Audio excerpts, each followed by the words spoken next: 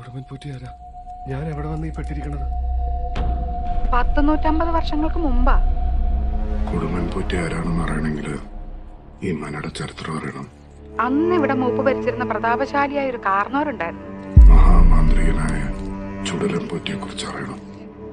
ആ കാർന്നവര് തഞ്ചാവൂരിൽ നിന്നങ്ങണ്ട ഒരു നൃത്തക്കാരിയെ മേഡമെ കൊണ്ടുവന്ന് താമസിപ്പിച്ചു. നാഗവല്ലി എന്നായിരുന്നു ആ തമിഴത്തിയുടെ പേര്. തമിഴത്തി വേറൊരാളുമായിട്ട് സ്നേഹത്തിലായിരുന്നു.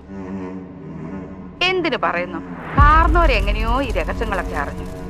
അന്ന് അർദ്ധരാത്രി നാഗവല്ലിയെ കാർന്നോര് നമ്മുടെ തെക്കിനിലിട്ട് വെട്ടിക്കൊന്നുകളഞ്ഞു. പിന്നെ ആലപ്പാറ പോറ്റിമാര് വന്ന് കഠിനവ്രതങ്ങൾ അനുഷ്ഠിച്ച് വരാഹിയെ പ്രത്യക്ഷപ്പെടുത്തി മാന്ത്രിക ക്രിയകളൊക്കെ നടത്തിയിട്ടാ തമിഴത്തിയുടെ ആത്മാവിനെ ആ തെക്കിനി ബന്ധിച്ചത്. പോറ്റിയുടെ ഭക്തിയിൽ സംപ്രീതയായ വരാഹി അദ്ദേഹത്തിന് ഒരു മാന്ത്രിക ചെല്ലം സമ്മാനിച്ചു. ആ ചെല്ലത്തിനുള്ളിൽ അമാനുഷിക ശക്തിയുള്ള ചാത്തനായിരുന്നു. പൊറുതിമുട്ടിയ ചാത്തൻ 8ാം ദിവസം ദുർഗാഷ്ടമി രാത്രിയില് മദ്യപിച്ച് ലക്കേട്ട പോറ്റിയോട് ചാത്തൻ പോറ്റിയുടെ ആത്മാവിനെ വലിച്ചെടുത്ത് കൊന്നു.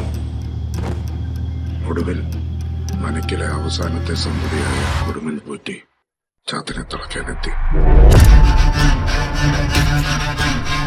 നമ്മളെപ്പോലെ കുരുക്കിപ്പെട്ടുപോയ ഒരു മനുഷ്യനാണ് ഈ കിടക്കുന്നത്. ഇതാ ചാത്തനെ തിളയ്ക്കാൻ വന്ന കൊടുമൻ പോറ്റി.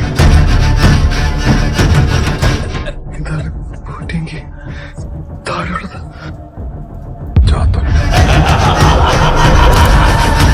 മറ്റൊരാളുടെ രൂപം കവർന്നെടുത്ത് ആട്ടിൻ തോലണിഞ്ഞ ചെന്നായ. ഇവിടുന്ന് രക്ഷപ്പെടാൻ ഇനി ഒരൊറ്റ വഴിയേ ഉള്ളൂ.